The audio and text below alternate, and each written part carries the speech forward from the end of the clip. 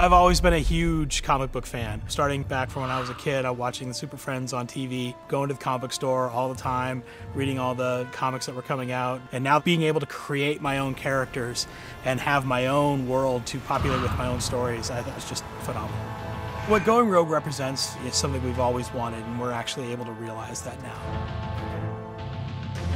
City of Heroes is a comic book that has been inserted into an MMO. So you can basically create a superpowered hero or a superpowered villain, and you can either save the world or you can try and destroy it. It's all up to you. By definition, a hero is very individual. And one of the things that City of Heroes does really, really well is they give you the ability to really seriously customize your character. We've got hundreds of power set combinations that they can have. We have literally billions of different costumes that you can make. Anything you want, superhero themed, you can look like it in our game. If you want to make a lumberjack, that's for another game. If you want to make super lumberjack, well, all right, now we're talking. Big old axe and some kind of like crazy hat that really make him look like a lumberjack that's going to go out and save the world and eat a lot of pancakes. I'll do that. We have probably one of the best relationships, one of the best communities in the MMORPG industry, and we actually listen to our players. It's kind of like a back and forth between players in the development studio. Players are like, I want capes. We gave them capes. Then we gave them wings, with really beautiful flowing wings, and then we expanded on that. We've launched 17 free expansions. We've added powers, new zones, new content, and new systems.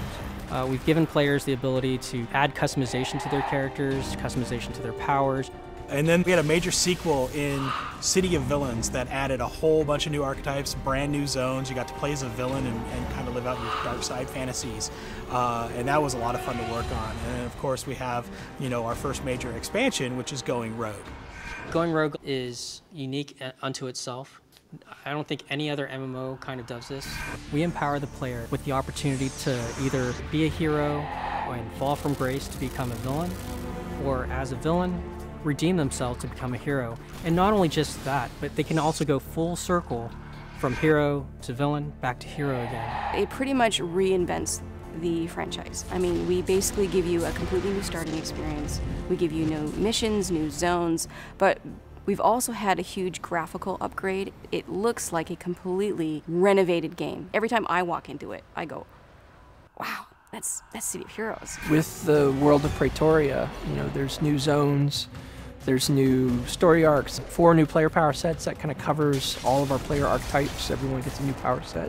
And then we've got a bunch of new enemy groups with all kinds of cool powers and animations and visual effects that have not really been seen in the game before. We basically have taken City of Heroes to the next level. And I don't just mean like the next level. We took it to the next level with villains. We took it to the next level with Going Rogue.